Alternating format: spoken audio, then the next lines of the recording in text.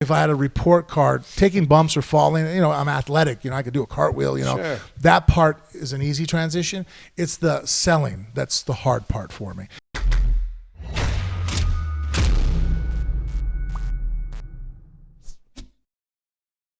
Smoking the stogie here. Yeah, thank you for inviting me to your home. My pleasure, man. Glad to have you down here. Yeah, it's beautiful being here in the Mir residence. We got the Christmas tree behind us here.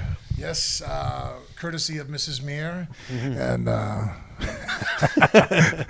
just see her decorating the tree. There's actually a smaller tree for us this year because I finally, after Bella's 16, so Jennifer and I have been together now, married for 16 and together for 18. She always wants to do these 9 foot, 10 foot. I mean, we were in an apartment when we first got together, and the tree bent at the top. Oh man! So finally, I'm like, look, can we just go small? So that's only a 7 foot tree. So basically 2/3 of her ornaments are still packed up. And she had to be selective. And then I'm like, I don't know what's worse, having to put them all at the end or having to sit here and go, which one? This one, this one. What about this one, this one? I'm like, this is like clothes shopping all over again. Oh my God. You've got tall ceilings here. You can have like a 20-foot tree. I think, what's the tallest we ever had? I think we went 12. In our last house, we had 12. Okay, 12-foot tree. Wow. Man, jeez. I do like though, we're in Las Vegas. It's fairly warm. We're in the desert, but it still feels like, it can still feel like Christmas. Yeah, it still gets super chilly here. I mean, my pool still, if I don't have the water features on, you'll wake up and you'll hear the water running. It's because it has a freezing sensor. So, I mean, it drops below freezing here. So, man, yeah. So you're training in the gym every day. Yeah. I mean, that's my job, and it's also, I enjoy it. I always tell people this when they wonder about that. They're like, you go to the gym every day? There's 90% of the people I'm in the gym with don't get paid to be there. They actually pay a membership to be there. Yeah. I happen to be lucky that I get to make a living. I don't have to now take a shower from the gym just to go to work, or coming from work and then changing my clothes at the gym. That's more of the norm of what happens. So me training at the gym and training all the time, I'm just blessed that I get to do something I love. Yeah. And for some crazy reason, I get paid for it. But even if you're not training specifically for a fight, you're still in there all the time. Yeah, I mean, I grew up in a gym. My dad came over from Cuba. Obviously boxing and judo and wrestling is a big part of the culture there. And when he came over, obviously he was enamored with boxing, but my dad likes martial arts, and so I think he wanted to get more into fighting. So he opened up a karate gym, but our karate, especially from what he did in the 70s, was very much full contact. And so it looked very more reminiscent of above the waist kickboxing, meaning that all the kicks were from the waist up, but still full contact with the hands and with the kicking. And so I grew up in that. I mean, my furthest memory, I can't remember what it was like not to be in a gym. And so, my kids are saying, like today, my daughter, because she's in the GCS Academy, affords her a much more flexible schedule because they're all athletes that go there. So when she gets done today, she was at the gym with me.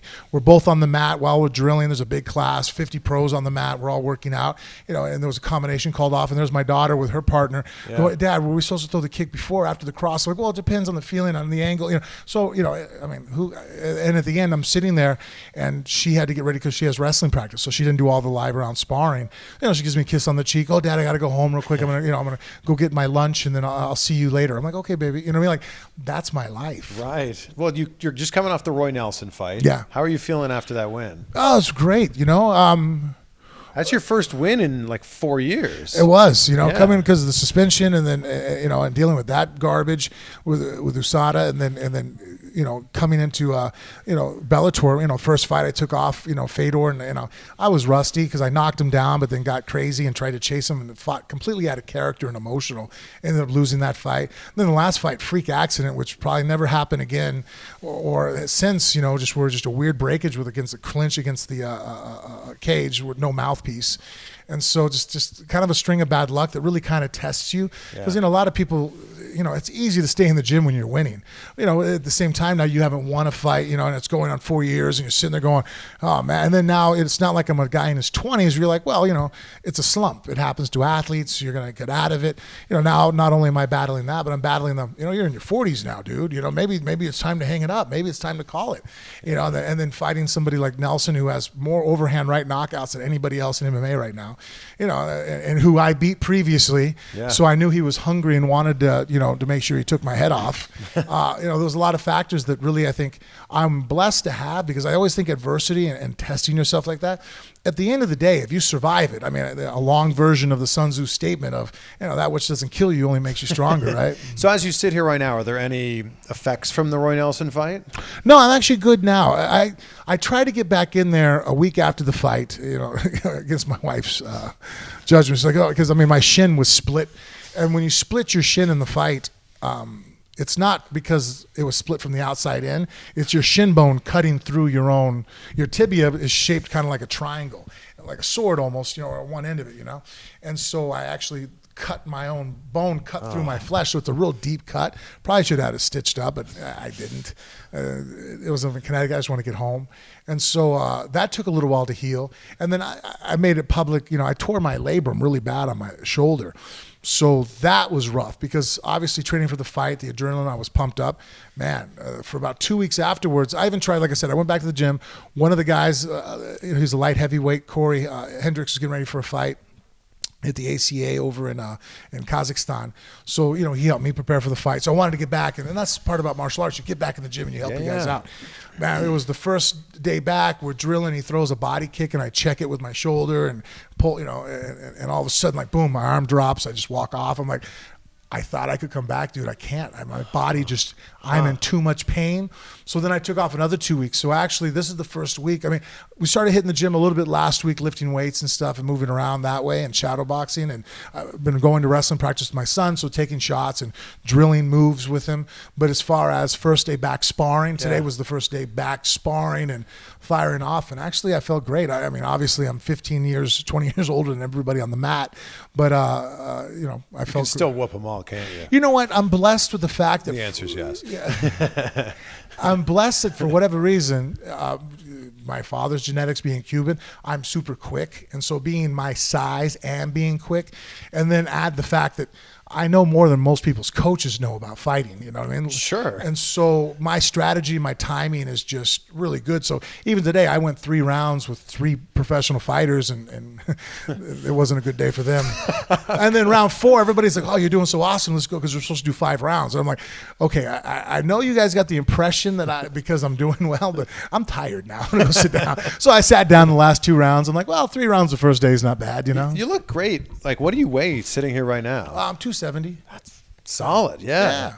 And a lot of that's to do with my one thing I always made a mistake in the past in my career, especially the last 10 years, because I got so much into lifting weights, is that, I need a bunch of protein. So very much animal products and just trying to, always thought that size mattered.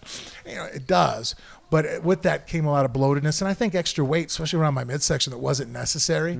And now, I'm still not where I want to be. But if you see the last fight, my body fat is coming down, and a lot of that is first. I'm kind of taking the baby steps. It's been about 6 months now. I gave up dairy, and just won't have cheese or anything, milk products, and then I've pretty much abandoned all red meat and chicken and whatnot. The only thing I still have in my diet besides plant-based is fish. Okay. So I can't give up sushi yet, guys. So you're like a pescatarian. Yeah. So and making steps, and there's full days that I'll eat, as a vegan, and I have no problem hanging out with Austin. We'll go out to restaurants and we eat the same way. And that's why I always tell people when they ask me, like, well, how do you feel? I'm all, honestly, I tried keto. I've tried this. I've ran the gambit with every way to diet. This lifestyle is the easiest because the food all tastes good. It's easy to eat a vegetarian meal and have it taste good. And then because it's vegetables and it's not calorically dense, I can eat a lot. Yeah. So I walk away from a meal. I can eat like a half a pound or a pound of Brussels sprouts, and it's not bad for you. Right. And, hey, if it's made right with a little vinegar on there and flash fried, the stuff is good. So, and at the end, it's like, well, it's healthy. Well, you mentioned Austin. It's Austin Aries, who was recently on the show and is actually just sitting right here. Yeah, there he is. Oh, there's Austin Aries, everyone. Greatest man that ever lived. Yeah. How did you guys become friends? Actually, I do a podcast called Phone Booth Fighting. My partner, Richard Hunter, is a vegan. He's been so now for probably 10, 15 years. He's probably the kind of same path I did. Started out went to pescatarian, then he became a vegetarian, where he still had eggs, and then eventually, straight vegan, him and his partner, Jen. And so our podcast runs the gambit. He's extremely left. I'm much more of a moderate. I'm still pro-guns, but I'm pro-choice on, things. So I don't know. I always tell people, where does that put me? I'm okay for guys to carry a gun at their wedding, and as long as they marry another, and they're allowed to marry men, I don't care, which I think just makes us libertarians, because I'm like, dude, I don't think the government should tell you 2 18-year-olds what they have to do with their life. As long as you're not hurting somebody else, who cares? But anyways, Sure, yeah.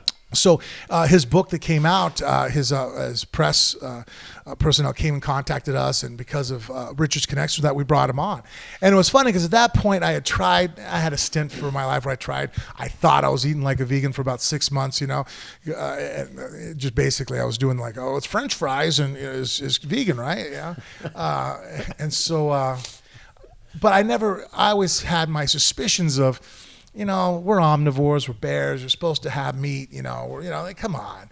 How can you don't see any guys that look like me and pushing weight around or throwing guys through the air.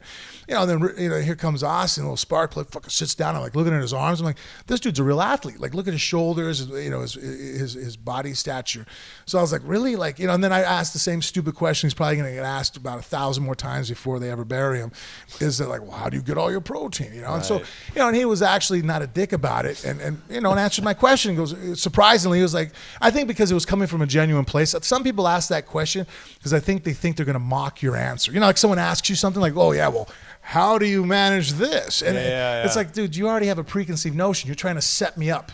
Where I was just like, no, honestly, man, like, look at you. You're muscular as shit. Like, well, how are you able to do that? So I think because he saw the genuine interest in me, that he was just like, well, look, I mean, honestly, look, I eat mac and cheese, and I do it this way, and cashews, and then the lentil, and it's 30 grams. He goes, are you eating 30? I'm like, no, hold on. I mean, so from there it sparked an interest, and we started talking and hanging out. And then I think the next evolution of it is that guys who keep trying to make breaks into pro wrestling and stuff, and there's always been kind of an animosity or a rivalry, I should say, between fighters, professional fighters and MMA or wrestlers, right. Professional wrestling. And I never really understood why, because it'd be like me being mad at Keanu Reeves. Well, you're not a real guy. What are you doing? It's like, well, hold on, man. This is a different platform for entertainment. You're an entertainer too. You're not just walking around beating the hell out of people. You're putting on a pair of shorts. People are paying to show up to be entertained by your ability to fight. There's rules to this. It's still a sport. And then under that guise, I realized, like, well, professional wrestling is the same as making movies. It's a different genre or different medium for the same genre of, it's all martial arts. Yeah. So then we started. I told him I have an interest in trying it out. I've been doing stand-up comedy. Why not? Let me go out there and try. So I went to the gym with him. We went to Future Stars of Wrestling here in Vegas, and the first practice, actually, I interrupted him about halfway through. I was like, dude, I got to apologize. I never had a clue how much there is to this, because it was funny. I realized that I was saying something to him leading up to it that was insulting, and I didn't realize I was being insulting, which Austin, is contrary to belief, is not a constant asshole. He actually let me off the hook with it, because when he was like, well, you're only going to need to learn certain spots, you're only going to have to learn these aspects of my craft. And my answer to that was like, no, I want to learn it all. Yeah. Being genuine, being like, well, no, I don't want to take shortcuts because I already established a name. Yeah. Let me learn everything. That's what I meant by it. But then I could realize that I'll never learn everything there is about what he's learned in 20 years. Just right. Like if Austin were to tell me, hey, man, I want to learn everything you know in the next 6 months. Yeah. It would be an insult. To be like, really? I've been doing this since I was 4 years old. You think that in 6 months you're going to know everything I know? Impossible. But he realized I was just being humble and not being a dick. Well, I'm glad, because a lot of people could have taken it that way. So that's when I told him, I said, dude, I'm sorry. I apologize. You're right. There is no way I'm going to learn even a quarter of everything there's to learn about this craft. Were you always a pro wrestling fan? I was a fan back in the 80s when my dad, obviously during that, Macho Man and Hulk Hogan and whatnot. And then still when, Stone Cold Steve Austin came on the scene, and the, NWO, almost all my friends, everybody was super interested. But then once I turned professional in fighting, honestly, it was a divergence. Sure. You only have so much time in the day, and I was spending my time watching videos on Pride and UFC, and I wasn't paying attention to the pro wrestling scene at all. Well, you kind of had like disparaging things to say about pro wrestling when you first fought Brock, right? And Obviously, your opinion must have shifted a little bit, at least, since then. You know what? My opinion of Brock changed in the sense of I still want to stomp his ass. You want to kill him, don't you? Yeah. Yeah, I don't want him to be the first octagon-related death anymore. Paraplegic, maybe? No. You want him to be the first squared circle death now. Yeah, we'll see. Yeah. So, no, obviously, look, honesty, he has kids and a wife. I hope that he can breathe the next day after I fight. I just wanted him to struggle a little bit to do so. Maybe he just can't chew a steak for a month would be nice. And so, but as far as his ability to react and sell in there, blows my mind because I see in how a pro wrestling ring, right? Because I see how hard it is for me all the time. I mean, there was one time. Austin was doing a splash down and I'm supposed to lay and he's showing me how to take it. Then he goes and then I do my interpretation of a sell on it, and he just starts laughing at me. I'm like, dude, what's wrong? He goes, until you get somewhat better, I'm just going to keep laughing at you. That was horrible. Because my whole life I've been taught not to show pain, not to show discomfort. Even in the fight with Roy Nelson, one of his left hooks inadvertently just kind of got thumbed in the eye. And so my vision in my right eye completely went out. Like, you jam someone hard enough and it's just a blur. Sure. Well, if I start blinking and touching my face, then he knows. Yeah. So I have to sit there and I'm looking at him and I'm moving my head and I can't see for shit. I can see with my left eye, so I have no depth perception. I'm sitting there going, okay, it's going to come back. It's going to come back. And then all of a sudden, pump a jab a little bit. I'm like, okay, let me walk away from my blind side. And then boom, my vision came back in. I couldn't tell anybody and show, even if, his guys will go to complain to the ref or something like that. I'm like, dude, you're showing your hands. Yeah. You can't suck it up, And so, so that reversal of having to portray emotion and tell a story with my expression, that's difficult. It's hard. So you've worked a couple blood sport matches, which is like the work shoot matches. Do you have intentions to work an actual pro wrestling match? Yeah, I just think that right now those opportunities came for me. Working at the Bloodsport and then the event that they had here, the Future Stars of Wrestling event that Austin will actually be on next weekend. Those are easy transitions because it's just, it's grappling. So that I do every day. I roll with guys all the time where it's like, all right, I can roll with a person who weighs 120 pounds. And if I feel what you're doing, I can go with the throws and maneuvers and I know how to be a good partner and work. And so that wasn't hard. There's no ropes there. There's no having to sell really, as much. So I didn't want to fool anybody and go, well, I'm ready to jump right into a full-blown match. I'm like, well, no, look, if I can start being in that genre and start to move and take these baby steps, why not? Yeah. The equivalent of if you're starting a professional fight career, it's like, all right, your first fight, you're going to wear headgear and there's going to be no elbows. All right, you're making steps towards what you're trying to do. And why not? There's so many new moving, factors and so many moving parts.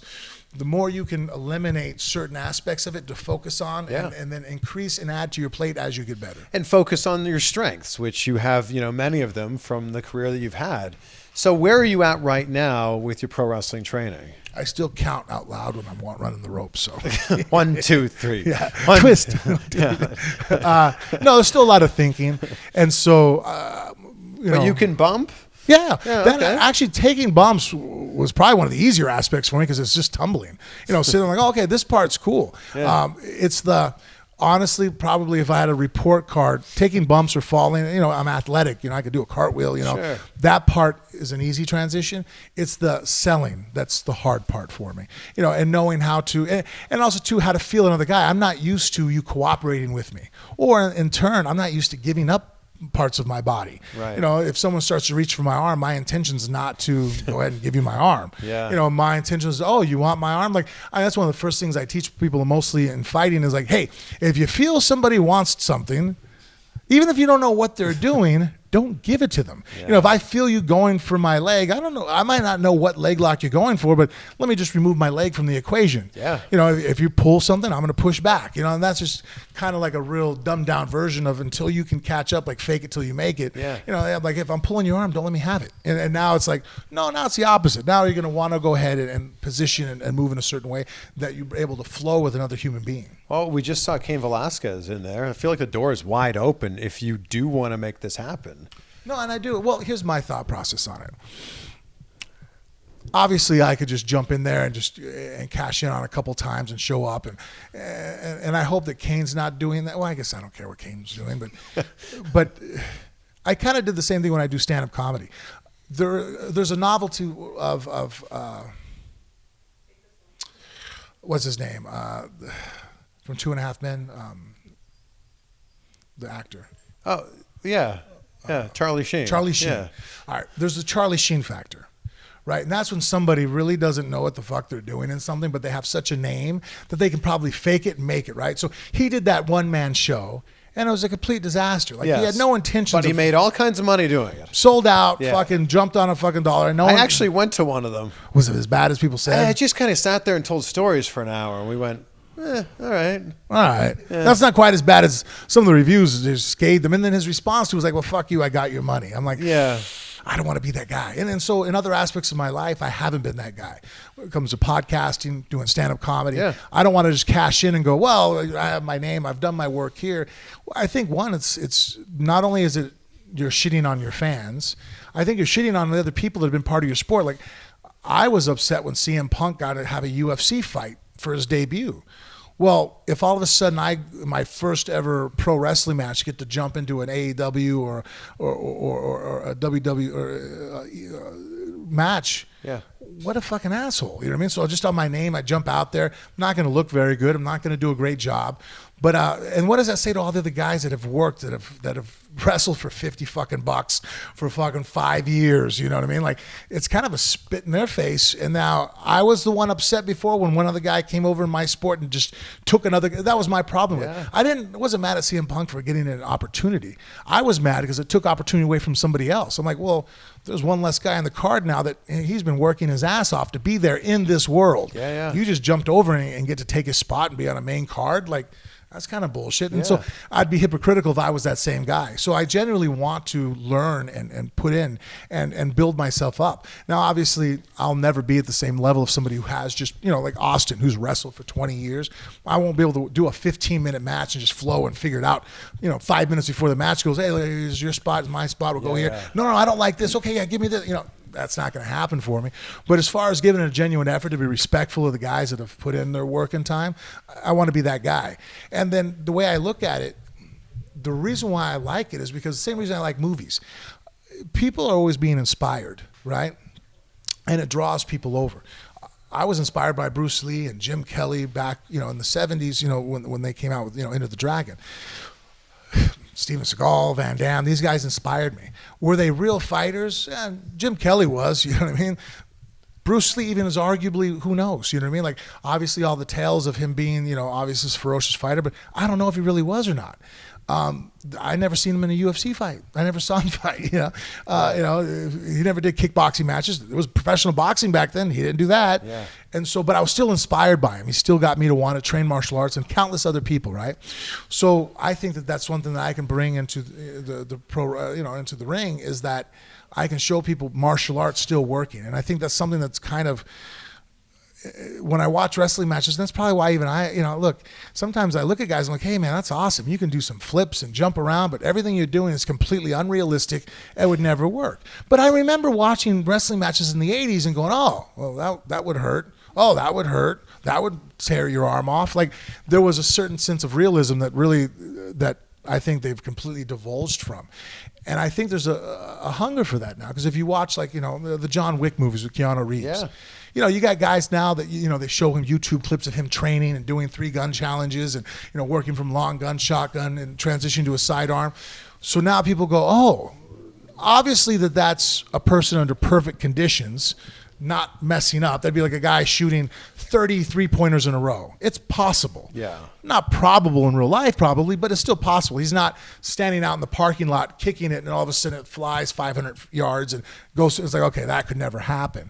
So I think that bringing that realism back into the pro wrestling world with my legitimate background in MMA is really honestly the way to go. I mean, that's I find it humorous, but I mean, hell, you have guys in sport now that their penis is a weapon. Guys can grab it and they're getting thrown around. It's comical, it's funny. but I think that it doesn't inspire kids to want to learn martial arts. And, if wrestling was a real martial arts at one time, and then the entertainment aspect of it, I think just added more people to have flair and be interested in it. There's a real dividing line, though, between wrestling and pro wrestling. Like, pro wrestling it's entertainment, Yeah, but it can if still Joey be based Ryan in wants reality. to flip people with his dick and people cheer for it, then, that's a thing. Yeah, but it's the same thing as watching a movie.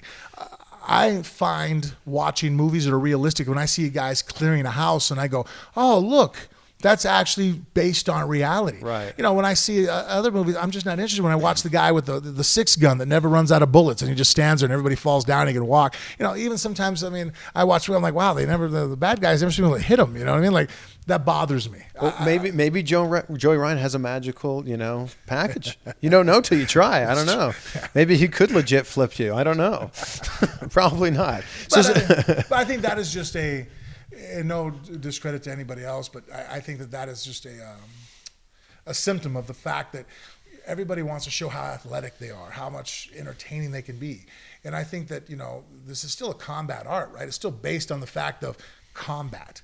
And I think bringing back a certain element of realism to it, it can still be entertaining because there's still a story being told. There's still a narrative, just like a movie. I don't think that the narrative has to be that I can flip better than you or I'm more athletic and I can do this. I think there can be a narrative that's great, hey, puts more pressure on the writers, but then just, hey, step up your game. Make the writing entertaining and make the moves legitimate. Ken Shamrock just took a dick flip recently. Did he really? Yeah.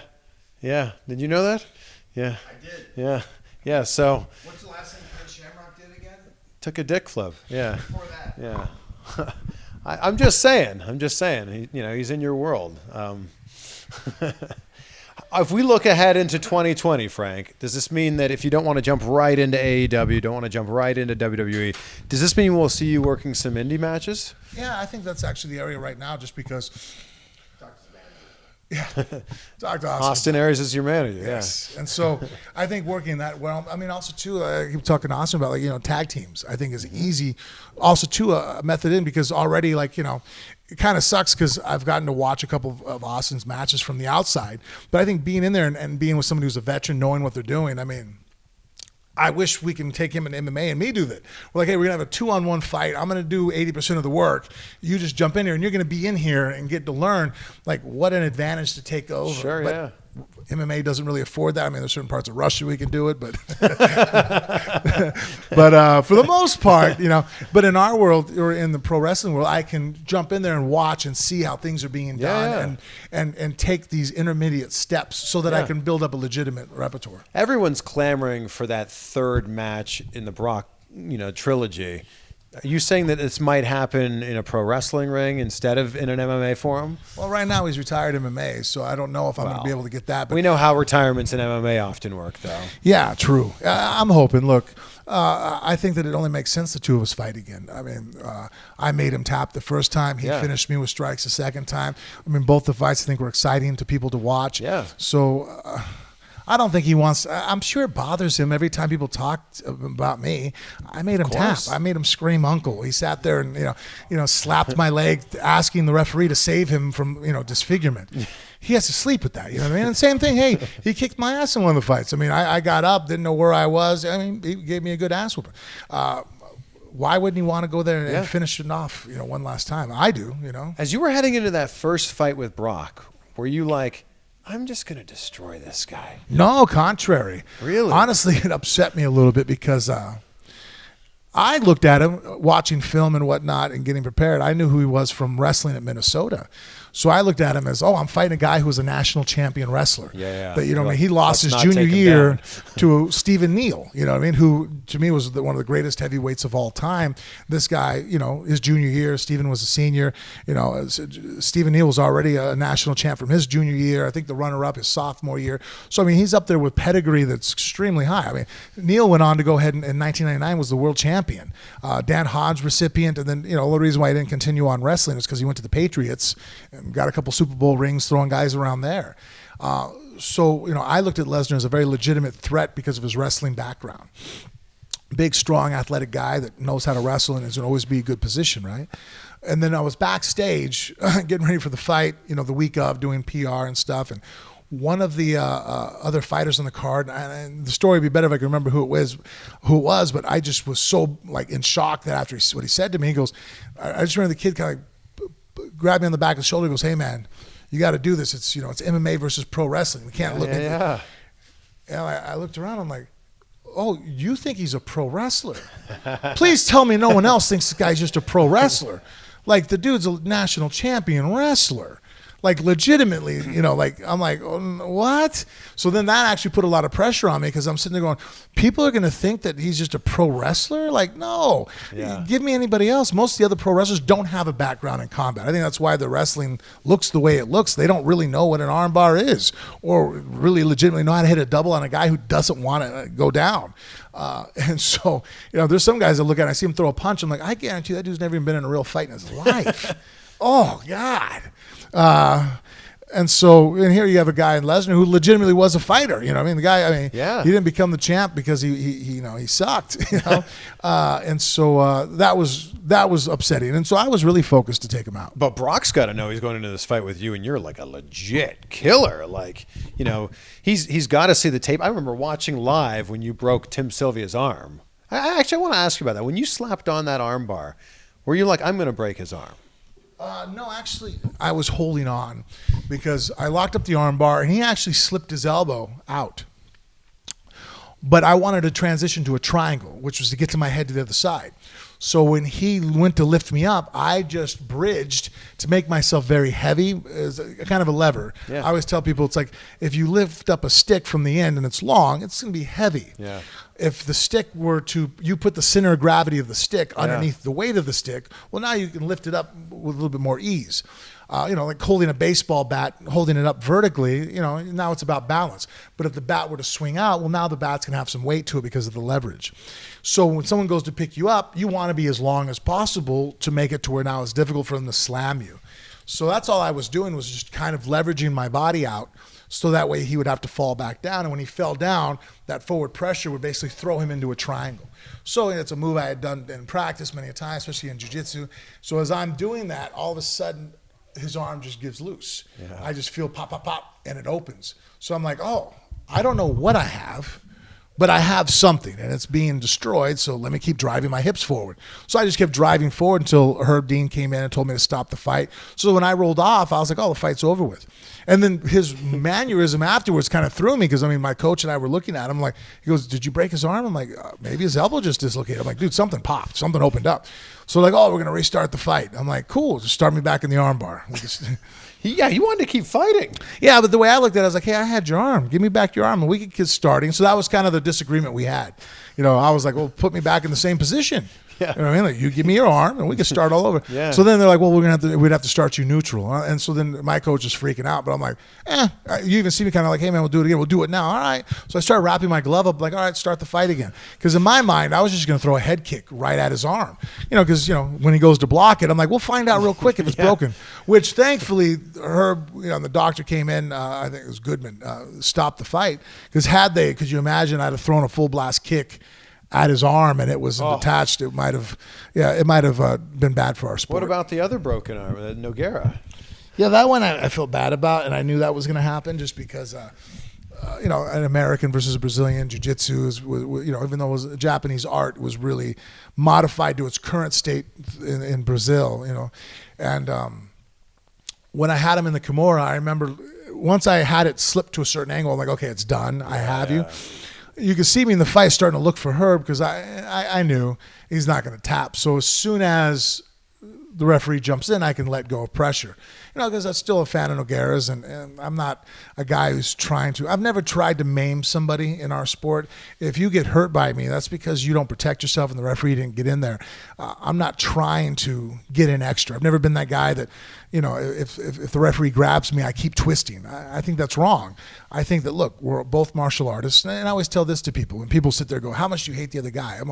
There's guys I've liked less than others. But for the most part, if all of a sudden in the middle of my fight, let's say the power goes out and they say, I'm sorry, Dana comes out, hey, look, fight's postponed, we'll come back in the next week, everybody go next door to the bar, drinks are on us. and I'm sitting at the bar having a beer. Who do you think I have most in common with? Who do you think would probably be the guy that I'd be sharing a beer with? The guy in the front row who's screaming obscenities and has no clue, stand him up. What the hell's going on in a fight? Who hasn't been in a fight since he got beat up in 5th grade? Probably not. You know what I mean? Like, I'm probably going to be hanging out with the guy I was fighting. He knows what it's like to train. He's into the same interests that I have. He has injuries and pain and same fears and same angst and same goals. That's a dude I'm going to share a beer with. Yeah. So as far as wanting to shred his arm, I didn't want to. I was hoping it just dislocated at the elbow when it did finally pop. And then you even see later when I stood up and I was doing the interview, like I'm kind of looking over at him, and the fact that they're bracing his arm, I was like, well, shit, it's just a dislocated elbow. Like, what's going on? Maybe dislocate the shoulder. And then I never in my wildest dreams imagined the Kimura, the hammerlock, could have destroyed his humerus that way. You know, spiral fractured, they had to put it back together with, a halo. You're a strong man with great technique. Of course it can happen. Well, I just thought that the weak link would have been the shoulder. I figured I would have tore his shoulder, tore a rotator cuff, which is a horrible injury.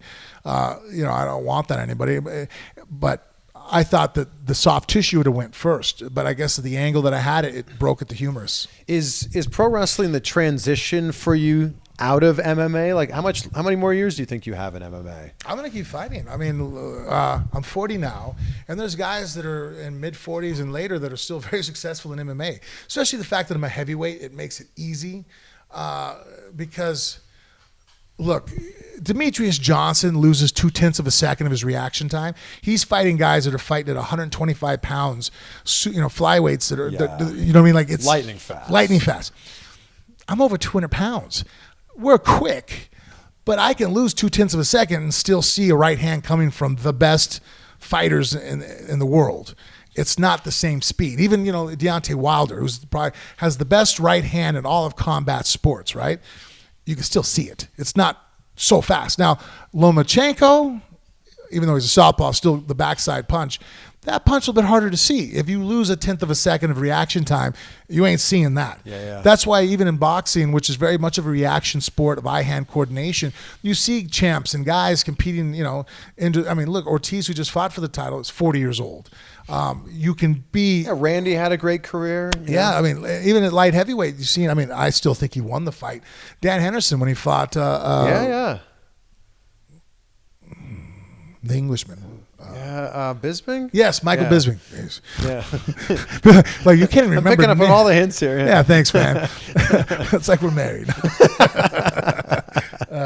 So, Bisping at 46, hell, he dropped him and floored him in 2 different rounds, which I thought both those rounds, it looked like Bisping was in survival mode. Those should have been 10-8 rounds. Even Bisping wants to win the other 3 by a point each, 10-9, 10-9, 10-9. You win 2 rounds by 4 points now. It should have been his fight, Yeah. So, and we're making this argument about a 46-year-old. Yeah. So other than Brock Lesnar, who are the matches that, as you continue on here, that you need to have? Oh, besides Brock, because of the history that we have, I don't really have anybody else that meets that namesake. Look, when I go out there and compete in martial arts, I'm still competing for the same reasons I competed the very first day I ever stepped on a mat. At 6 years old, my first Taekwondo tournament, right? I'm out there to prove myself. And maybe if I fall short, why did I fall short? Now I can go back to the gym and work on it. That's all arts are about an expression of yourself, so you can see the working parts and see how you think and see how you move and where are your shortcomings, where are your strengths. And that way, when you go back to the drawing board, you have somewhere a direction to grow. That's why I want to keep fighting. I don't know what I would do if I retired. If I really didn't have a reason to get up and go train, I don't know. Well, it sounds like you'll keep training no matter whether you're fighting professionally or not. Yeah, sounds like that's just part of your... Well, it's been a blessing and a are. curse. The story I told earlier about having my daughter. Yeah. My daughter now is going to be, she'll be the champ. She's going to be the number 1 female fighter in the world. And what's her name so everybody will know? Isabella Mir, Bella Mir, and Lady Mir on Instagram.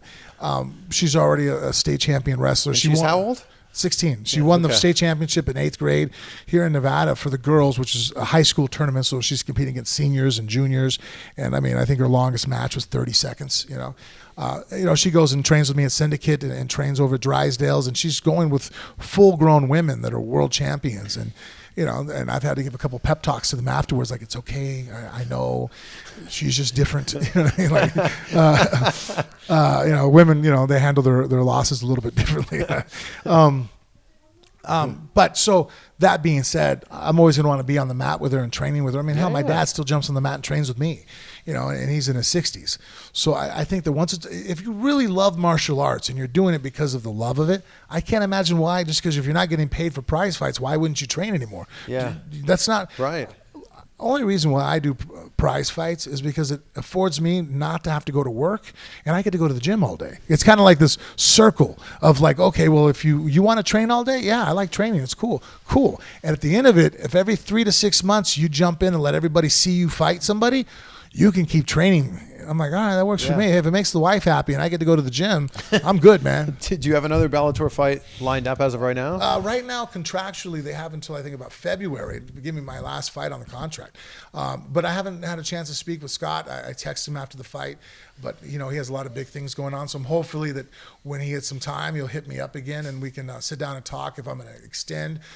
But my thing is, I really would like to have much more of an open ability, unless you're the champion. This whole being held under one promotion, you know, I mean, look, I'm fighting once every 10 months, you know. There's bare knuckle boxing now that I'm heavily interested in. You know, there's all these different ventures. And unless you're someone's champ or the number one contender, why can't you fight other places, you know? Unless they have a fight for you. I mean, I could fight every weekend, you know. Why not? You know, I mean, there's only so much time on this earth. I don't want to just spend it waiting in the, you know, in the ring, the wings. Bare knuckle, is that something we might see you in? Oh, yeah, 100%. Really? I will do a bare knuckle fight. Wow. Yeah. Well, it's also to my devious master plan. I want to bring back bare knuckle MMA. I think it's much truer to the original art, you know, for hand-on-hand combat, you know. People don't get to wrap their hands and put gloves on before they get into a street fight. Yeah. And so punching someone bare knuckle, you can't do it the same as if we're fighting professionally with our hands wrapped. You can't hit as hard. You can one time, but then Yes. you know you have quite a few bones in your hand that are not really designed to hit someone in the skull, and so that's why when people sit there and go, "Oh, bare knuckle boxing is so much more dangerous," I'm like, no, it's not. What are you smoking? Not talking about Austin. Or this cigar that I've been interrupting. I'm sorry. Yeah, that's okay. You've barely been able to smoke it at all. We'll get to it. Yeah, thank you. JP grabbed them up from Cuba. There you go. There you go.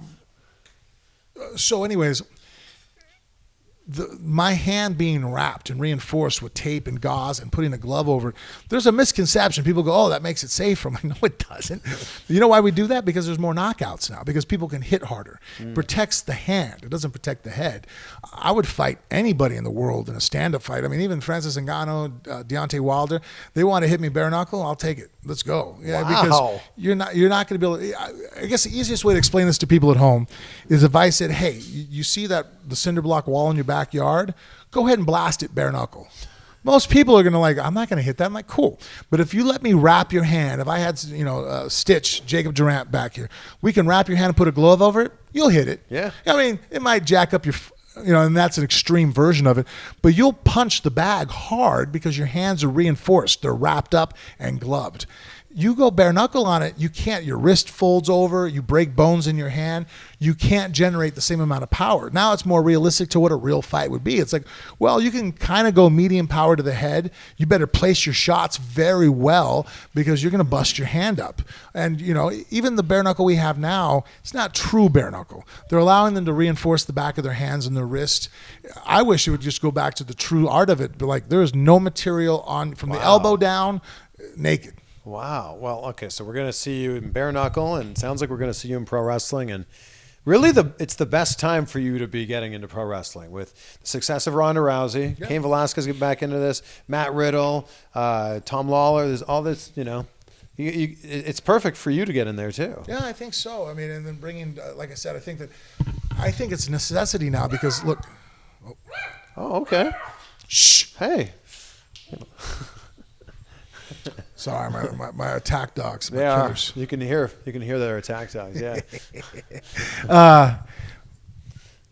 What was I thinking? It's the perfect time to get into pro wrestling with, Well, the fans are so groundwork's much- been laid there. And I think that it's a necessity because look, 20 years ago, a guy could put someone in an armbar and he can, harvest the energy of the crowd to fight through it. I think now most of the fans know that, oh, that's bullshit. You're in an armbar, you got to defend it. There is no muscling out of this. There is no, because 20 years ago it was Shamrock, Severn, and Tank Abbott, I guess. Yeah. Were I guess they were the three that were in pro wrestling. Yep, they moved over to Abbott. I think then Abbott became what with the WCW, and then He was in the 3 contract problem. And he was in 3 Count. Remember? The boy band with Shane Helms and Evan Courageous. Did he really? Yes. Yeah, you'll have to. I'll show you after this. It's great. Okay, I'm going to be embarrassed because it's funny. I watched a fight with Abbott, and he had a fight with Ferroso. Their rematch was in a backyard with a bunch of guys just drinking beer and smoking cigarettes, and I fought Tank Abbott. So I'm watching this fight, and it was just hurt my feelings. It was sad. When you sit there and you see somebody that you're like, oh man, that dude was really, it's hard for me to tell my kids like, hey, I fought this guy. This guy was dangerous, scary dude. He put people in comas. And then now we're watching him move around like, oh, please stop. Someone turn the camera off. Did he not have a buddy there? Wow. Yeah, it was bad. Well, as we wrap this up, once again, thank you so much for inviting me into your home. This has been a great chat. Yeah, thanks, man. What advice do you have for someone who's watching this video and wants to break into MMA? Obviously, just life, martial arts, everything's not a sprint. If you sit there and start setting goals like I want to be here in a year and I want to be here. Look, long-term goals are great, but they don't override short-term goals. Sit there going, hey, look, I want to join a gym and I'm going to allot that with my work schedule and my social life with my significant other, I'm going to have 2 hours a day to dictate to training, 5 days a week. That's the first steps that people, really you have to make. Can you set yourself up for success? I'm going to be a fighter. I'm like, okay, well, how are you going to get there? And everybody wants to be at the top of the mountain. I'm like, cool. So what trail are you going to take? Which direction are you going to go? Right. Do you have the right shoes? Do you have the right gear? Do you have the right, the map? Do you know where you're going? Do you have the right people to assist you along the way? So I think just sitting back and being logical about how you're going to get through the next 6 months. All right, you want to be a fighter? That's great. What are you doing for the next 6 months? Yeah. What is your training going to look like? What gyms? What money do you have to pay for training? And then on top of that, the next level is once you're in there and you are moving around, you only have one body. I really wish that I would have, especially the mixed martial arts world, everybody's about taping it up and drop a couple Advil and just forget about it. Just, muscle, nut up. Jesus, I hate that expression. Rub some dirt on it, bullshit mentality. And man, I'm paying for it a heavy price now. Yesterday or the day before we did our Christmas photo shoots with my children and my wife. And they had different rooms as you're going through to take a picture with Santa Claus. And, keep you entertained, making cookies in one, decorating cookies, and Mrs. Santa Claus is another, and elves. And there was one room where it was like a snowball fight. And they had these little soft, like spongy Nerf balls that were simulating a snowball fight. Okay. So my daughter, who, she's firing, 80-mile-an-hour fastballs at people, she jumps out there and my wife goes, oh, jump out there. So here's my kids playing and I go to grab a ball. I threw one and it felt like someone stabbed a knife into my shoulder as I throw the ball. And I can't even play with my kids certain sports without warming up and getting ready. I'm like, well, I could do this, but I better drop a bunch of kratom and take a bunch of CBD and then let me go ahead and do a, external rotation warm up. And that's all from being stupid when I was young and not really respecting that, hey, you're injured. Chill out. You busted your ankle. Maybe don't go ahead and go for a sprint right now. Why don't we can work on this. There's other ways around it. So I think being respectful of your body and realizing you are mortal. Yeah. As much as fighters have an immortal mentality that I can overcome any situation, look, father time and reality of your body, you're still an animal. You have limits to what you can do. And look, the limits can be impressively far, but they're still there. And so being respectful of your body is something I wish I would have really taken to heart when I was younger. Well, once again, thank you again for this. Appreciate it. Looking forward to seeing you in a ring again and in a cage again. Thank you. I can't wait to be there. That's going to be awesome. Thank you again. Awesome. Well, thank you for checking out this chat. Thank you for watching all the way until the end. And I think it's not a matter of if we'll see Frank Mir in a wrestling ring. It's a matter of when we'll see Frank Mir in a wrestling ring. So a big thank you to Austin Aries, actually, for connecting Frank and I together. And also for giving me a ride to Frank Mir's house where we did that interview. It was so nice of Frank to invite us into his house He did offer me a cigar, by the way. I just figured, you know what, I should probably just be holding the microphone and not the microphone and a cigar while we do this interview. So it'll be cool to see what Frank has up his sleeve as we head into 2020. And I'm excited to show you what I've got up my sleeve in 2020. And it's not official just yet, but I'm going to put it out there anyway. We're taking the Chris Van Vliet show on the road. So we're going to be doing these interviews live in front of an audience, and I want you to be there. We haven't officially announced the date or the time or the location or even who we're going to be interviewing. So I want to know from you, who would you want to come see an interview with, and who would you want to do a meet and greet with after? The next AEW pay-per-view is February 29th, so I'm thinking February 28th in Chicago. Once again, this is not official yet, but keep an eye out on my Twitter and my Instagram at Chris Van Vliet, and keep an eye here and on my podcast as well, the Chris Van Vliet Show, so you can see the official announcement when it's made and how you'll be able to grab some tickets for that. We got one more video that we're going to be dropping here in 2019, and you know what, my friends?